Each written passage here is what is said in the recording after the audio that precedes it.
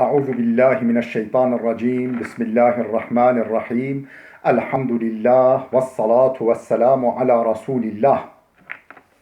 Değerli arkadaşlar, Doktor Mahmud Fethuhi'nin Dastanهای Mesnevi ve Nesr adlı eserinden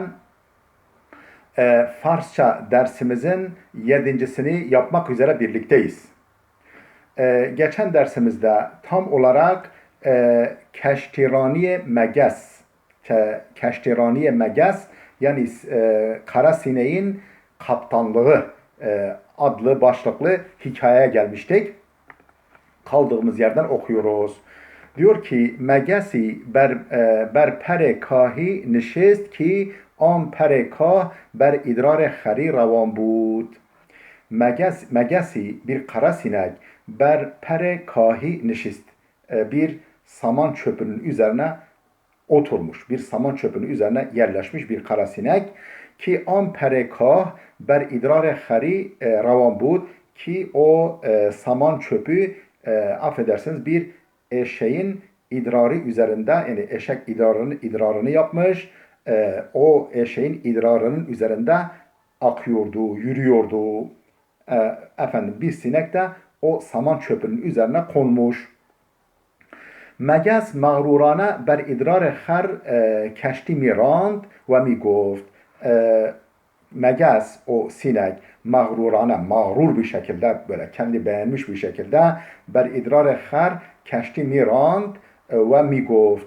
Efendim o eşeğin idrarı üzerinde sözde gemisini, o kendi gemisinin saman çöpünü sürüyordu ve şöyle diyordu. من علم دریانوردی و کشتیرانی خوانده ام. من علم دریانوردی و کشتیرانی خوانده ام. Ben denizcilik ve gemicilik ilmini okumuşum. Deryaneverdi denizcilik, keştirani de gemicilik. Denizcilik ve gemicilik ilmini okumuşum. Der in kar بسیار tefekkür kerdem.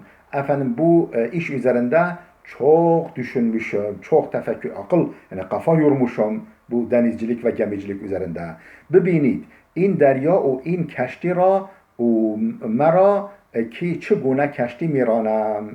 Bibinid bakın görün این دریا و این کشتی را şu deryayı görün, şu gemiyi görün. و مرا ve beni şu deryayı, şu gemiyi ve beni görün ki çugune keşti miranam nasıl efendim gemi yürütüyorum, nasıl gemi sürüyorum, gemi sevku idare ediyorum.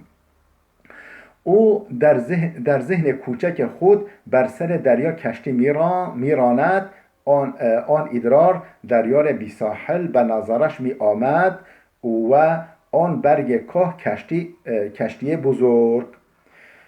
O yani o kara sinek der zihne küçük hud kendi küçük aklında, kendi küçük zihninde, küçük aklında, kendi küçük aklınca bersere derya keşti miranet efendim bir deryanın üzerinde gemi yürütüyor. An idrar peki o eşeğin idrarı ne? Deryaya bir sahil efendim uçsuz bucaksız, sahilsiz, uçsuz bucaksız bir derya ben nazaraş mi amet. Yani gözüne öyle görünüyor. Gözüne öyle görünüyor. Yani efendim o çöp bir efendim gemidir. O eşeğin idrarı bir deryadır. Uçsuz bucaksız bir deryadır. Kendisi de gemicidir. Kendisi de gemi kaptanıdır. Kaptandır. Kaptanı derya sanıyor kendini. Kendisine öyle geliyor. Ve an berge kah keştiye buzurg ve o saman çöpü de büyük bir gemi. Zira agahi u binişe o endek bud. Çünkü onun efendim dikkati ve görüşü yani ufku ve dikkati azdı. Ufku dardı. Efendim dikkati aklı kıttı. Cihan herkes به اندازه ذهن او ذهن و بینش اوست. Cihan herkesin dünyası ne kadardır? Ve endaze zihn و بینش اوست.